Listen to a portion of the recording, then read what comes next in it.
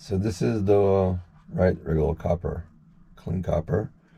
And if you want to get this result of patina, very simple. Salt and vinegar. You just clean the copper. Clean it nice and clean. You add some salt and vinegar. Whatever ratio you want. Basically, you're making it wet with the salt, with the vinegar, and just adding the salt. Now, if you add the salt with chunks, I'll show you. If you add like chunky salt, so you'll get bigger flakes. You can just take them off. By the way, this is only surface. It's not like a deep patina. Like, I don't think you get a deep patina. I think oxidation is only on the surface, right? So if you use bigger chunks of salt, that's what you'll get. If you want to get a nice smooth blue, you melt the salt and the vinegar, like you let it dissolve, and then you'll get this color. There's all kinds of methods of doing it. All kinds of methods. But if you want to get a nice patina, beautiful, huh? And then what you do is, you could just, let's say here I engraved welcome home. It says here welcome home. I'm going to get a present for a friend. So I want to get the patina inside the letters, and then maybe a little bit here. And I'll buff it off, right? I'll take most of it off. I just want to give it some patina. So what I do is I just cover the whole thing, and then I could play with removing and erasing whatever I don't want. So salt and vinegar, guys, will give you a nice patina on copper. Now, if you want to see how simple it is just to remove stuff from the patina. So I have my piece, right? Now here is, I don't really want much. I'm not going to do everything on camera because I want to focus on it, but I'll give you a fast example. Look, just take off whatever I don't want. And you can do it lighter and easier, less pressure on the whatever you're doing. I'm using a kind of, it's a 150 grade. I'm using a soft one because I don't want to gouge inside of it. I just want to take off slowly. Use even a higher number, and will give you a better result. But just for the heck of it, you'll see it's like, see, it will come off, and then you can play with it.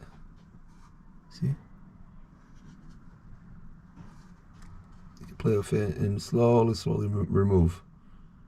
Here, I'll try to do another one. It's very simple here.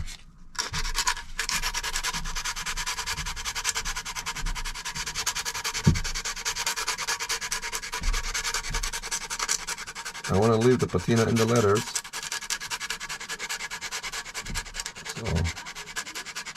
So I'll show you how it looks. See, you can see it's coming out. See, nice, huh?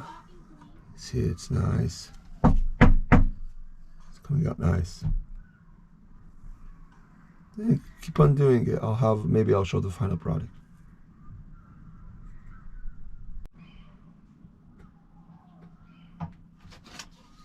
Okay, so I'm trying to take a little bit more off. Usually I like to do off the camera because I can focus and do whatever I want. But I'll give you an example. Okay, so I'm going to start. I'm not sure exactly how I want to finish this. So I'm just going to buff up, around and get a feeling for it.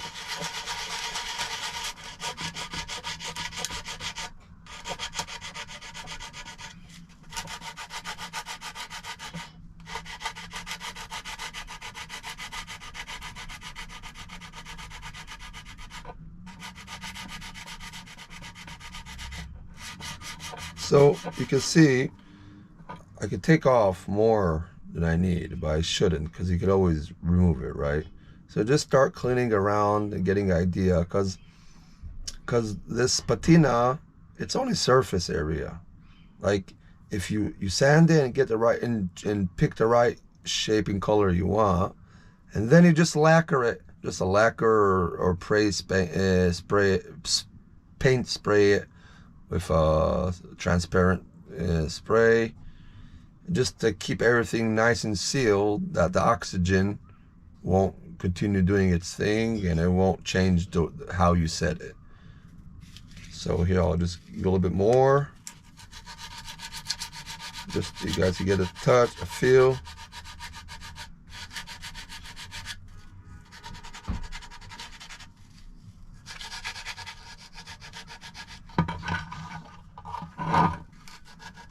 Yeah, you want to take it nice and slowly, because I mean, you could always resurface it. You could always redo it. It only takes a few hours. This sat the whole night, but it depends on how you clean and what metal, what materials, and I mean, there's all kinds of way of doing it with different acids and stuff. But with vinegar and salt, you get a very fast coating. So here I'm showing you. I'm going off a little bit more, just to show you how you could like just gently go around on the edges. Just be gentle, and then you could always resurface it, and you could always do it again. But as you're working with this patina, it's a very light surface layer, so you just take off slowly. You take it off, and then lacquer it with a transparent paint spray or some lacquer. Or if you want to, if it's a crazy thing, you could do epoxy. But don't forget, if you put, this is like gonna be a house sign, a door sign. So you don't want to, whatever is going to be directly in the sun. I mean, the water and all that doesn't bother. But if you have, it's directly going to be in the sun, maybe you won't want to lacquer or paint it, because it'll look yellowish. The sun will eat it, the UV will eat it, and it won't look nice eventually. So, but the way to maintain this patina is to cover it with something, because it will come off. It's like, it's not that strong. It's barely on there, but it does give you a beautiful shape and color. And then after that, you could do whatever you want with it. So I'm just going to show you gently. See, I'm going over it. Here, I'm just gonna do this one buff a little bit more. Yeah, you'll see how it comes out. It's very simple. It's very simple to do. You see, it's starting to come out nice. I particularly want the letters. It should be patina. I thought maybe doing them black on copper stands out the nice. But if I could get a nice blue patina on it, and I'll do a little bit here and there, you know, so maybe it's worthwhile. If not, I'll just clean it up, and I can put, you know, furic acid. Furic acid will edge the copper. By the way, that's how I do it. It's if I'm like I'm etching out with the second. If I'm using the tools to etch out and get the shape okay, but then later, before I'm ready to do my patina, I will go with the furic acid, pour some furic acid in there, and then I'll just it should eat up the edges of my grinding and stuff. It makes it a little bit nicer. And then when you fill out and you're trying to get this color, the patina stuff, I don't know, it just looks nicer. So I mean, you can etch with this as well. That's what it's made for. It'll eat copper, dissolve copper, but on a thin piece of metal, of copper, it will go right through after a while. So you just be gentle, yeah. And nice the patina is.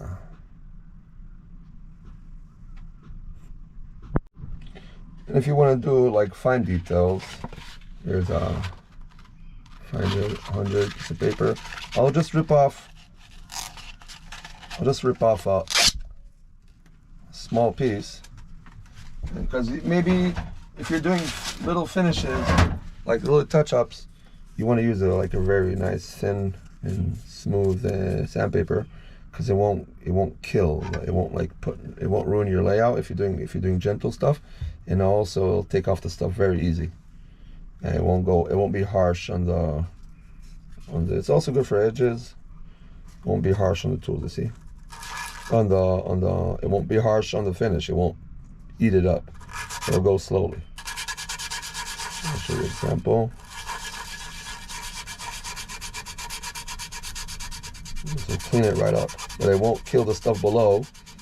Because if you do I mean here it's pretty deep, but if you do like just a shallow etching, so sometimes the sandpaper, if it's a higher grade, it will go through like the little. If you're using 100 or 80 or 60, it'll go through and the grains will ruin whatever your piece is. So if you use a very thin one, 500 and above, we'll do a nice clean out without gouging into your piece.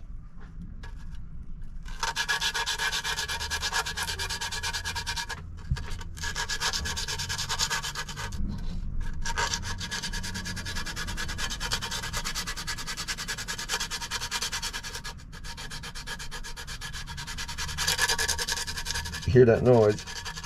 That is from when I'm getting big pieces of salt. Sometimes it's like just flakes, and then you'll have copper below it because it just covered it like an umbrella. It doesn't really protect. It won't do anything below. So take that in consideration. You know, sometimes you want big chunks. If that's what you're looking for.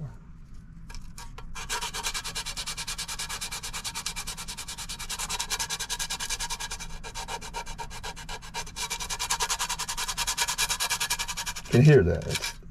It's a bigger pieces of salt.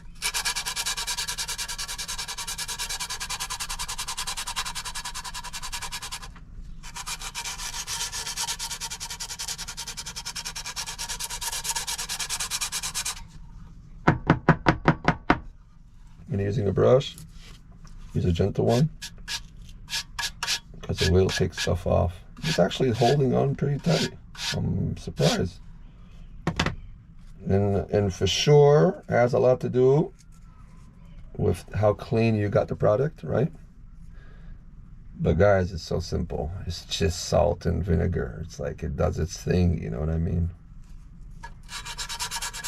And regular paint, you can buy patina paint in all kinds of colors. But, you know, they're permanent. Like, they have to deal with chemicals and stuff. This is just comes off right with water. You clean your fingers. This is no, I mean, the vinegar, but the vinegar you could drink, right? The salt you can eat. There's no problem getting in your body. So, yeah. So, I feel like it's an easy way to do it. Because if you're going to paint it no matter what to give it a finish, so just put a transparent layer on and you got your thing, you know, cheap, easy, right there. You don't have to run out and find a can and find, you know what I mean? And you learn how to play with the colors. So you can see it's getting there. So I have my letters. And now, this is a stage you should stop. In whatever you're designing and whatever you're doing, like get this stage that you know you can see your work, and like you're getting to it, right? You're happy with the results. Meanwhile, so just stop for a second, and now is the time to reevaluate and see where you're gonna put the background of the patina, right? Because the whole idea of the patina is that you see the copper piece of whatever you're doing, right? But you want to get like a slight touch to it, right? Like an old antique slight touch to it. So now it doesn't look like much because it has like different. It's like a little bit light because it didn't get coated with a spray, with a paint. The second I put something on it, it'll really pop out.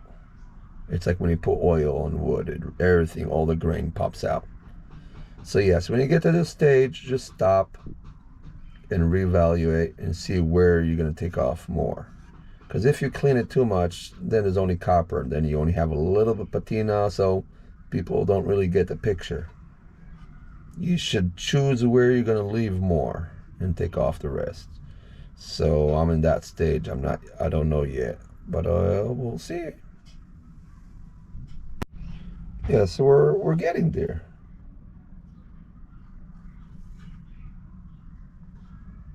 We're getting there. Now, like here, example, here the etching, or the way it was sitting with the patina, I didn't get that much. So when you're going over, be careful. When you're going over on these stages, be very careful, because a very shadow coat, like, it looks like it's like the rest, but sometimes you'll take off too much. Take off too much. So you can always revisit it. Do the same thing. Just gentle on when you're getting closer and closer. Just get gentle.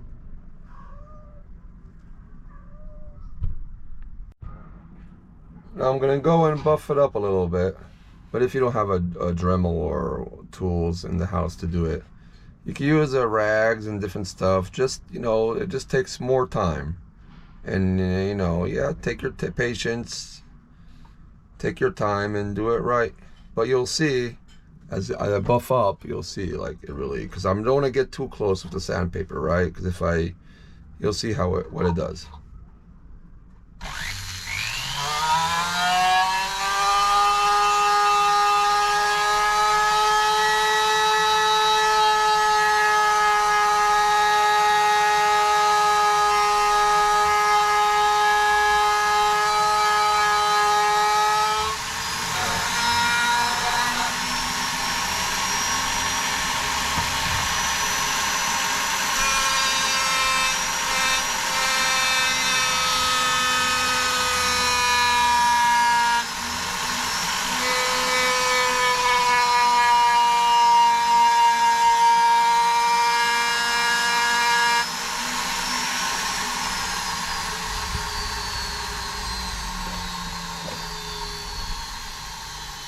This little black stuff is just what I had probably on the brush, but it doesn't matter, it comes right off.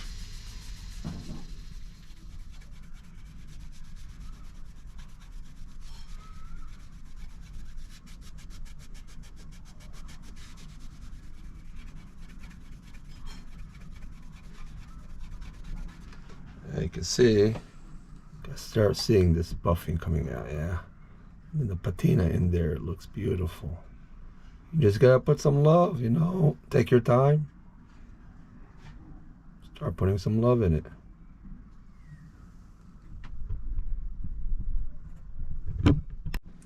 Yeah, you see, it's really to pop out. See?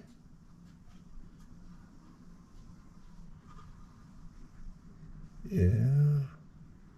So I'm removing most of the patina, because I like when it's like on the edges. I like that it just shows that this thing, like, because this product, right, all this material yesterday, 24 hours ago, it was before I started, it was completely brand new. Now this thing looks like it's a few hundred years old, right? So that's what you get. And don't try to polish it too much, because you want the black stuff. Now this time the paste that I used, this stuff to do it, it's really it's more a finer thing. So you have the other stuff as well. This is common, I don't know, this is standard, right? Everybody knows this one. It's more for copper. So if it leaves you a little bit black and stuff when you're going through the pad spinning, or it's okay, right? Because that black helps the patina, the blue, the turquoise, the blue. It gives it a little bit, contrast. So, and you got to be careful and not let that stuff build up. On this particular one, I'm kind of digging it, so I'm just gonna leave it. But that's nice, huh? Just take your time, put love in it, love. Okay, so after I'm happy with the results, look how beautiful that is, that polish, that shine, that blue. So I took off most of the patina because I just want to look, yeah. So the first thing that I'll do is, after I have something like that, first thing I'll do is not to ruin my, put some clear layer on it. It shouldn't keep on working the oxygen with the copper. It shouldn't change on you the shininess, right? The glare. So just give a very light coat of glossy, transparent, or whatever you want. Give a very light coat and then revisit it. So here, I'll just do it here. Give a very light coat.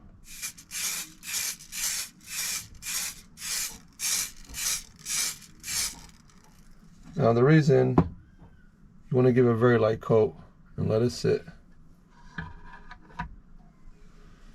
The reason is because you don't want to put too much liquid on it. First of all, it will drip and it won't come out nice. Now it's a little bit milky, but it will dry and become glossy, beautiful. Cure, I mean. But if you put too much at once, the patina will collect in the water, even though it's spray and it's paint. It'll create drops of patina, and they will move in your piece of work, just like regular drops start moving down when it start going down when you put too much, when you apply too much paint at once. So just do it gentle, and it won't drip on you. Because in this case, if it drips on you, the patina will start dripping. It will come with the glue. If the spray happened to me before, just give one thin little coat, just to make sure you sealed it from the oxygen, and then continue doing whatever you want to do to it. So as you guys can see, after the first coating, just that you could touch it and handle it without risking taking off the patina. And this is the result. Yeah, you could go over again. You could buff now. You could buff it. You could buff out the paint a little bit if you want to get a nice perfect shine. Because paint never shines like not this stuff. It doesn't shine like real nice and clean copper. But yeah, and you can see there's different kinds of colors. This is like a blue, more like a blue patina. This is something else. It's not finished yet, but it's supposed to be like a metal, like a coin holder. Also try to make it look like very old. Looks like it's very old, inked up. But this is like this is like a blue. It's like a greener, more like turquoise. It's like more green, and this is more turquoise. And it has to do with the kind of vinegar and salt you use. But I mean, there's more applications you could do. There's all kinds of stuff you could use to do this stuff. You could use, I think, peanut butter oil, like peanut oil, and ferric acid. Yeah, but this will give a nice result, huh? Get like a slight. You guys saw how I started out with a lot of patina on it, and slowly I just made it. I'm gonna just just be there. It's gonna be a door sign eventually, and it's not finished, but the layout on the front is. And see, different colors. But yeah, hope you guys enjoyed. Don't be afraid of trying out stuff and doing it by yourself. That's how we all do. That's how I started. That's how everybody that does stuff starts, and they try out and they get good at it, right? Like any other thing. So it is a nice product, and it gives you can't buy this stuff, right? You have to it's a handmade stuff, right? It's not like you go to IKEA or stuff like that and just buy this stuff. So yeah, I hope I helped a little bit, and see you the next time. Bye bye.